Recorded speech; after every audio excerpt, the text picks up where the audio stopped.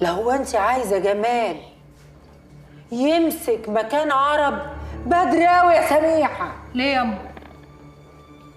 هو مين أبقالك؟ جمال ولا عرب؟ السلام عليكم. وعليكم السلام ورحمه الله. هو الحاج مش هنا؟ طلع يجيب حاجه من فوق وقال لي اقول لك تستناه. ماشي يا حاج. أنا رايحة لجمال. بقول لك إيه يلا شيل الشنط دي واديها لي مخزن التموين. انت بتكلميني انا يا ست سميحه؟ بكلمك أنت. في حد غيرك واقف وأنا مش واخدة بالي؟ هو أنت مش السبي بتاع أبويا؟ مات.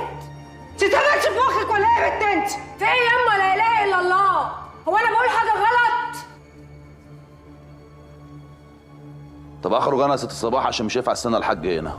هو أنا مش بكلمك؟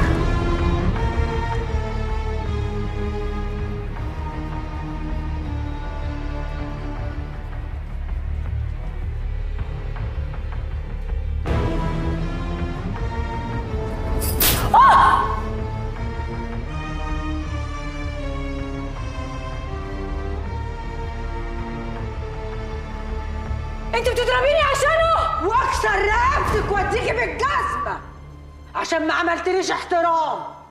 بتهين الراجل الجدع ده في مكان اكل عيشه. ماشي ياما. ماشي. اوعى.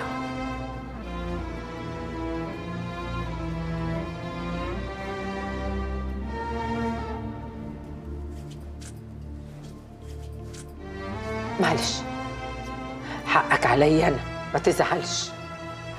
قدرها اختك، هي حاسه انها مظلومه وان الدنيا كلها جايه عليها. ما تزعلش.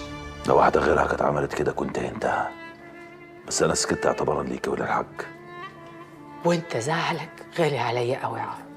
الكلمتين دول عندي بالدنيا. حصل خير يا ست صباح. ما تقوليش يا ست صباح، قولي يما. العفو، العين ما تعلاش عن الحاجب. تعلى ولا ما تعلاش؟ هو انا مش في مقام امك؟ ده انا مربيك مع انغام. لا زي امي طبعا. خلاص يما. عرب يلا بينا. يلا. انا اذنك يا حاجه. اتفضل.